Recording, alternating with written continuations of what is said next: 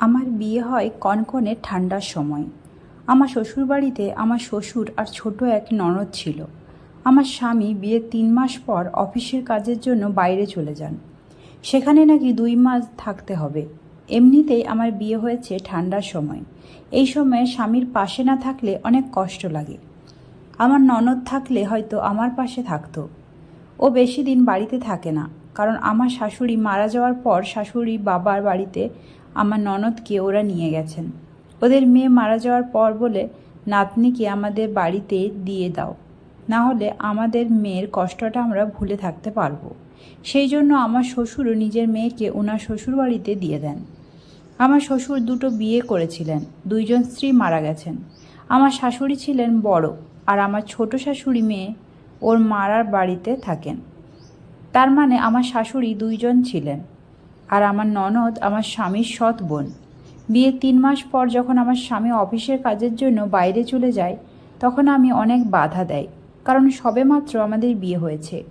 এই সময় একে অপরের পাশে থাকা অত্যন্ত প্রয়োজন। আর এখন সময়টাও ঠান্ডার। রাতে একা একা বিছানায় ঘুম আসছিল না। স্বামীকে বারবার ফোন দেয়, ও ফোনটা কেটে দেয়। মেসেজ করে যে অফিসের কাজে ব্যস্ত আছি। তাই আমি আর ঘুরে ফোন দেয় না। রাত তখন 11টা বেজে যায়। তখন তো ভীষণ খারাপ লাগছিল, এত ঠান্ডা সহ্য করার বাইরে। এক কম্বলের নিচে 2জন মানুষ থাকলে এমনিতে গরম হয়ে যায় শরীর। তাই আমি ঠিক করে নিলাম আমার শ্বশুরের ঘরে গিয়ে শ্বশুরের পাশেই শুয়ে পড়ব। রাত 11টার দিকে আমি শ্বশুরের ঘরের দরজায় টকটক করবার আওয়াজ দিয়ে লাগলাম। একটু পর আমার শ্বশুর দরজা খুলে আমায় জিজ্ঞেস করলেন, কি হয়েছে বৌমা, এত রাতে? তখন আমি কি করে বলবো যে আমার ঠান্ডা লাগছে, সেই জন্য এসেছি। আমি আমার শ্বশুরকে বলি, বাবা, এই ঘরে আমার আজ ভীষণ ভয় করছে, তাই আপনার ঘরে ঘুমানোর জন্য এসেছি। তখন আমার শ্বশুর বলেন, ঠিক আছে, এসো।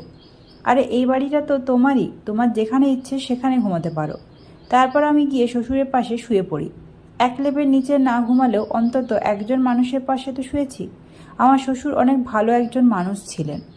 আমাকে বলেন, বৌমা, তোমার যখন যেটা লাগে আমাকে বলো, কারণ আমি তোমার 2 শাশুড়িকে হারিয়েছি, তাই আর বিয়ে করতে ইচ্ছে হয় না।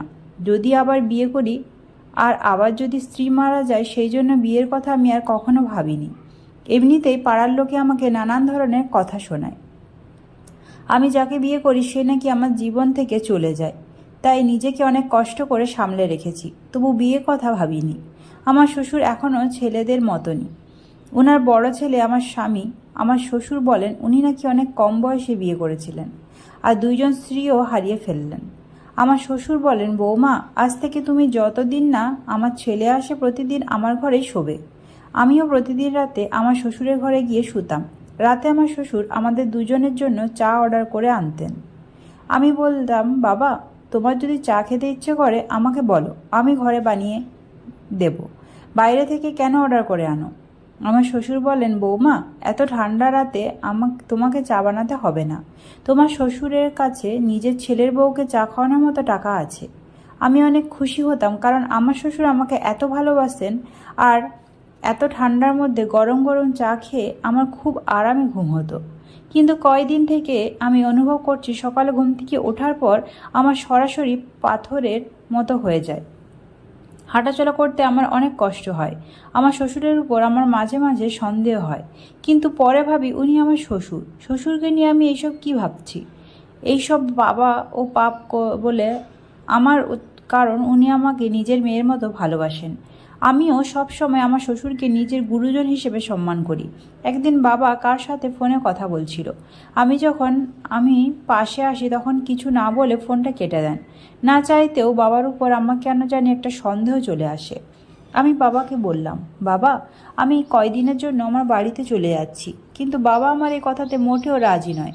বলেন, বৌমা, বাড়িতে আমি একেবারে একা হয়ে যাব, তাই আরও কয়দিন পরে যাবে।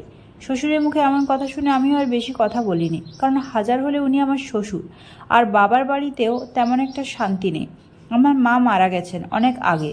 বাবা দ্বিতীয় বিয়ে করেছিলেন। সৎ মা মেয়ে তো দূরের কথা, মুখে বাড়ির কাজের মেয়ের সাথে যেরকম ব্যবহার করে, আমার সৎ মাও বিয়ের আগে আমার সাথে ঠিক তেমনই ব্যবহার করতেন। বাবা প্রথমে অনেক ভালোবাসতেন আমাকে, কিন্তু মা মারা যাওয়ার পর যখন দ্বিতীয় বিয়ে করলেন, তখন মনে হচ্ছিল বাবার কাছে আমিও বোঝা হয়ে গিয়েছিলাম। কারণ আমার সৎ মা একটা ছেলে সন্তান জন্ম দিয়েছিলেন। বাচ্চাটা হাজার হলেও আমার ভাই। মাঝে মাঝে ওকে দেখার খুব ইচ্ছে হয়। কখনো যদি বাড়িতে যাই তাহলে বাবা মা ঠিকমতো কথাও বলেন না, সেই জন্য বেশি যাওয়া হয় না। শ্বশুরের উপর আজকাল সন্দেহ আসছে, সেই জন্য ভাবলাম বাবার বাড়িতে গিয়ে কয়েকদিন থেকে আসবো, যা আছে কপালে। কিন্তু আমার শ্বশুর মুঠেও রাজি নয়। এভাবে দিন চলতে থাকে। আমার স্বামী আমাকে আগের মতো ফোন করে না। যখনই ফোন করি খুব ব্যস্ততায় দেখিয়ে যায়। বিয়ের আজ 7 মাস হয়ে গেছে। আমি বুঝতে পারছিলাম না যে আমার স্বামী 2 মাসের কথা বলে এতদিন হয়ে গেল তবুও বাড়িতে কেন আসছে না। যখনই ফোন করি শুধু বলে ও কাজে ব্যস্ত আছে। আর আমার শ্বশুরও মনে হয় চুপি চুপি ফোনে কারোর সাথে কথা বলেন। একদিন আমি এই ব্যাপারটা দেখার জন্য আমার শ্বশুরের ফোনে রেকর্ডিং অন করে রেখে দেয়, কারণ আমার শ্বশুর স্মার্টফোনের ব্যাপারে বেশি কিছু জানতেন না, শুধু ফোন করার ফোন কাটা এইসবই জানতেন। আমি ব্যাপারটা দেখার জন্য বারান্দায় গিয়ে হাঁটাহাঁটি করছিলাম। তখন আমার শ্বশুর নিজের ফোন ঘরে কারোর সাথে ফিস ফিস করে কথা বলছিলেন। আমি বাইরে শান্ত হয়ে বসে আছি, কারণ আমি তো প্রমাণটা আমার হাতে পেয়ে যাব। তারপর আমার শ্বশুর মোবাইল করে রেখে বাজারে গেলেন। মোবাইল হাতে নিয়ে রেকর্ডিং অন করে আমি যা শুনলাম তখন আমার মনে হচ্ছিল যেন প্রাণহীন দেহ নিয়ে দাঁড়িয়ে আছি, কারণ ওটা বাপ ছেলের নয়, সব কিছু একটা ষড়যন্ত্র ছিল। আর আমার বাবা মা সব কিছু জেনে ওর সাথে আমার বিয়ে দিয়েছিল। তাহলে আমার স্বামীকে আজ রাতে আমি সব কিছু খুঁজে বের করবই। রাতে যখন আমি আমার শ্বশুরের ঘরে ঘুমোতে যাই তখন প্রতিদিনের মতো আজও আমার শ্বশুর চা অর্ডার করেন। আমি চাটা হাতে নিয়ে ঘরে থেকে বাইরে আসি বলে বাবা বলছিলেন, বৌমা কোথায় যাচ্ছ? আমি বললাম, না বাবা, কোমরে ভীষণ ব্যথা করছে, তাই হেঁটে হেঁটে চা না খেয়ে নেবো। এই বলে রান্নাঘরে এসে আমি চাটা ফেলে দিই। ঘরে যাওয়ার পর আমার শ্বশুর বলেন, চা খেয়েছো? হ্যাঁ বাবা, খেয়ে নিয়েছি। তখন আমার শ্বশুর বলেন, আমি কি তোমার কোমরে খুব মুখ লাগিয়ে দেবো? আমি একটু একটু অবাক হচ্ছিলাম, কারণ আমার শ্বশুর আমার কোমরে মুভ লাগাবেন। আমি বললাম, না বাবা, ঘুমিয়ে গেলে সব ঠিক হয়ে যাবে। ঠিক আছে বলে আমার শ্বশুরও শুয়ে পড়েন। আমি ঘুমানোর নাটক করে শুয়ে আছি। মধ্যরাতে আমার শ্বশুর আমার সাথে যা করলেন, আমার তো সারা শরীরে কাঁটা দিয়ে উঠছিল। কারণ আমার শ্বশুর আমার সাথে আমি ঘুমিয়ে আছি ভেবে আমার শ্বশুর আমার স্বামীকে ফোন করেন। তারপর ফোনটা ভিডিও কলে রেখে আমার শ্বশুর আমার সাথে শারীরিক সম্পর্ক করেন। কিন্তু আমি চুপ করে আছি। আমি জানি আমার সাথে আমার শ্বশুর প্রতিদিন এটাই করেন। আজ ছাড় অর্ডার করে খাওয়ানোর ব্যাপারটা আমি বুঝে গেছি। তার মানে আমার শ্বশুর আমাকে চায়ের সাথে কিছু মিশিয়ে খাওয়াতেন যাতে আমি ঘুমিয়ে পড়ি। কিন্তু আমার স্বামীকে ভিডিও কল করে কেন দেখাচ্ছিলেন? এইসবের মধ্যে কী রাজ আছে? আমাকে জানাতেই হবে। এই ভেবে আমি আমার শ্বশুরকে জিজ্ঞেস করি, বাবা, এসব কি তুমি না? আমার শ্বশুর, তোমার কি একটুও লজ্জা করে না নিজের ছেলের বউয়ের সাথে এসব করতে? আর আমার স্বামীকে এইসব ভিডিও কল করে দেখাচ্ছ? আমি অনেক দিন থেকে তোমাকে ফলো করে যাচ্ছি, তুমি কি এমন লুকাচ্ছ আমার কাছ থেকে? কে তুমি? আর কে যে আমার স্বামী, সেই বা কে? তখন আমার শ্বশুর আমাকে যা বললেন, আমার পুরো পৃথিবীটা যেন এক হয়ে গেছিল। আমার শ্বশুর বলেন, না তো আমি তোমার শ্বশুর, আর না সে আমার ছেলে। সে যে আছে সে তোমার স্বামী। তোমাদের বিয়েটা শুধু একটা লোক দেখানো ছিল, কারণ তোমাকে তো আমরা তোমার সৎ মায়ের কাছ থেকে কিনে নিয়েছি। তোমার বাবা শুধু জানেন যে আমি তোমার শ্বশুর আর ও তোমার স্বামী। তোমার বাবা এই ব্যাপারে জানেন না যে তোমার মা তোমাকে আমাদের কাছে বিক্রি করে দিয়েছেন।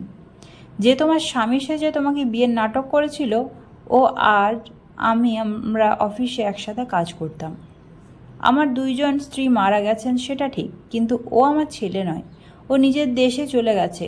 তোমার স্বামীও নিজের পরিবার, নিজের সন্তান নিয়ে স্ত্রীর কাছে চলে গেছে। আর আমার 2 স্ত্রী মারা গেছে, সেই জন্য আমি বিয়ে করিনি। আর এখানে আমার বাড়ি নয়। এই পাড়ার লোকেরা জানে যে আমার বাপ ছেলে কাজ করার জন্য এখানে এসেছি। সব থেকে বড় সত্যি এটাই যে তোমাকে আমরা কিনে নিয়েছি তোমার সৎ মায়ের কাছ থেকে। তোমার বাবা এই ব্যাপারে জানলে হয়তো তোমাকে বিক্রি করতেন না, তাই তোমার মা এই ব্যাপারে বাবাকে কিছু জানাননি। আর তুমি হয়তো এটা জানো না যে তুমি এখন প্রেগনেন্ট হয়ে গেছো। তুমি আমার সন্তানের মা হতে চলেছ। আর তোমাদের যে নকল বিয়ে খেলা চলছিল, সেই ছেলেটা অনেক আগে ডিভোর্স পেপারে সই করে আমার কাছে পাঠিয়ে দিয়েছে। তাই তোমার কাছে এটাই রাস্তা, তুমি আমাকে বিয়ে করে আমার সাথে সারা জীবন থাকবে। তা না হলে রাস্তায় রাস্তায় ভিক্ষা করে সারা জীবন কাটাতে হবে, কারণ তোমার বাবা ও মা তোমাকে বাড়িতে উঠতে দিবেন না। আর এই ব্যাপারে যদি পাড়ার লোকেরা জানতে পায়, তাহলে তোমাকে এই সমাজ থেকে অনেক দূরে পাঠিয়ে দেবে। আমি তো এই দেশের নয়, আমি আমার দেশে চলে যাব। সেখানে গিয়ে চাইলে আমি আবারও বিয়ে করতে পারবো। কিন্তু তোমার জীবনের কি হবে তুমি সেটা ভেবে কষ্ট পেও না, যে তোমাকে আমরা কিনে নিয়েছি। আমরা তোমাকে তোমার সৎ মায়ের কাছ থেকে মুক্তি দিয়েছি, কারণ তুমি বলো এখানে এসে তুমি কোনো কষ্ট পেয়েছো? যাকে আমার শ্বশুর ভেবে মেনে নিয়েছিলাম তার মুখ থেকে এমন কথা শুনে সেখানে আমার পুরো শরীর পাথর হয়ে গিয়েছিল। তখন আমি কি করব বুঝে উঠতে পারছিলাম না। সত্যি আমি মা হতে চলেছি, কারণ সেই দিন ফোনের রেকর্ডিংয়ে আমি ডাক্তারের সাথে কথা বলতে শুনেছি। ডাক্তার বলছিলেন, আপনার স্ত্রীকে ভালো করে খেয়াল রেখো, ওনাকে কোনো মানসিক চাপ দিও না, আপনার স্লিপ প্রেগনেন্ট। তার মানে আমি যাকে আমার শ্বশুর বলে এতদিন এক ঘরে দেখেছি, আসলে সে আমার না শ্বশুর আর না স্বামী। রক্ষিতার মতো আমি একদিন এই ঘরে গিয়েছিলাম আর আছি। প্রথমে ভেবেছিলাম আমি পুলিশের কাছে যাব, কিন্তু যদি আমি পুলিশের কাছে যাই আইন হয়তো ওকে শাস্তি দেবে, কিন্তু যে সন্তান আসতে চলেছে সেই সন্তানের আমি কি জবাব দেব? তখন ও জিজ্ঞেস করবে, মা আমার বাবা কোথায়? তখন আমি ওকে সব সত্যি কথা বলবো কি করে? এই কথা ভেবে আমি পুলিশের পাশে যাওয়া বাদ দিলাম। তাহলে তো আমার কাছে একটাই রাস্তা, এই মানুষটা কি আমায় বিয়ে করতে হবে? এছাড়া আমার কাছে আর কোনো দ্বিতীয় রাস্তা নেই। নিজের বাবা মার কাছে যোগাযোগ করতে চাইলেও বাবা আমার ফোন ধরতেন না। আমি বুঝতে পারি না যে এই পৃথিবীতে আমি কেন এত অসহায়। আমার পাশে দাঁড়ানোর মতো আপন কেউ নেই। যাদেরকে বিশ্বাস করেছি তারাই ঠকিয়েছে আমায়। তাই শেষমেশ আমি ভেবেই নিলাম যে যে যতটা পাপ করেছে তাদের বিচার তো একদিন হবেই। আর আমার সন্তানের কথা ভেবে এই মানুষটাকে বিয়ে করার জন্য আমি হ্যাঁ বলে দেই। যে ছেলেটা আমার বাবার কাছ থেকে আমাকে বিয়ে করে এনেছিল সেই ছেলেটা ডিভোর্স পেপার আমার সামনে এনে দেয়। যাকে আমি এতদিন আমার শ্বশুর ভেবেছিলাম সেই ডিভোর্স পেপারে আমি সই করে দেই। তখন লোকে দেখানোর বিয়েটাও শেষ হয়ে যায়। তারপর আমি আমার সন্তানের বাবার সাথে বিয়ে করে এই বাড়িতেই থেকে যাই, কারণ মেয়ে হয়ে জন্ম নিলে অনেকটা ত্যাগ করতে হয়। আমার ভিতরটা জ্বলে পুড়ে ছাই হয়ে গেছে, কিন্তু আমার পাশে দাঁড়ানোর মতো আপন মানুষ পাইনি। সেজন্য অন্যায়কে সাপোর্ট করে এই মানুষটাকে বিয়ে করে এখান থেকে যায়। বিয়ের 8 বছর পর আমার একটা ছেলের জন্ম হয়। আমার ছেলের মুখের দিকে তাকিয়ে আমি সব কষ্ট ভুলে যাই। শুধু ছেলেকে নিয়েই সুখে আছি, মনে কোনো শান্তি নেই, কারণ জীবনে অনেক ঠকে গেছি। তাই সুখ শান্তিগুলো অনেক আগেই হারিয়ে গেছে। ছেলেকে সুখে রাখার জন্য আমি সুখে আছি। আমার মতো যেন কারোর জীবনের এত বড় পরীক্ষা দিতে না হয়। গল্পটা এখানেই শেষ করলাম। ভালো লাগলে চ্যানেলটা সাবস্ক্রাইব করে পাশে থেকো। ধন্যবাদ বন্ধুরা।